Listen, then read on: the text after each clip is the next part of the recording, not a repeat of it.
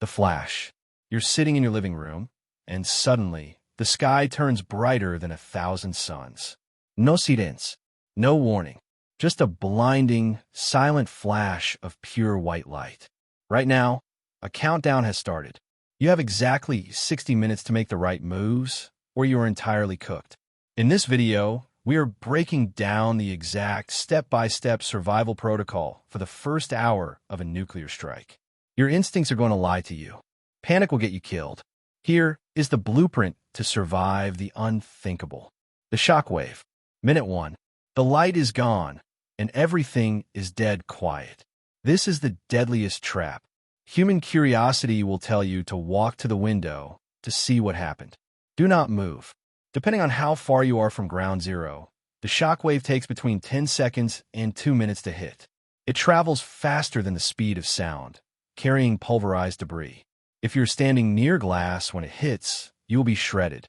Drop to the floor immediately. Get under a heavy table, cover your neck, and open your mouth slightly so the sudden pressure change doesn't blow out your eardrums. The fallout window. Minute 15. The blast wave has passed. The grid is dead. Now, the real threat begins.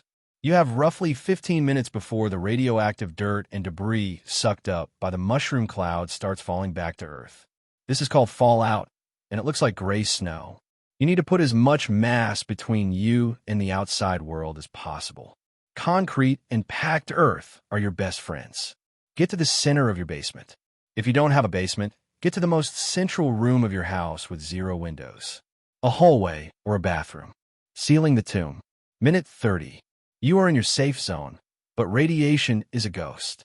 It travels on the dust in the air. Turn off your HVAC system immediately. Shut down all fans and close the fireplace flue. Grab heavy-duty duct tape and thick plastic sheeting. You need to seal every vent, every door frame, and every window crack in your safe room. If you were outside when the blast happened, strip your clothes off before entering the safe room and put them in a plastic bag. Wash your body with soap and water, but do not use conditioner. Conditioner acts like glue and will bind radioactive particles permanently to your hair. The 48-hour lockdown. Minute 60. The fallout is raining down outside. The biggest mistake people make now is trying to evacuate. If you run out to your car to try and escape the city, you're driving straight into a radioactive blender. The first 48 hours are the most lethal.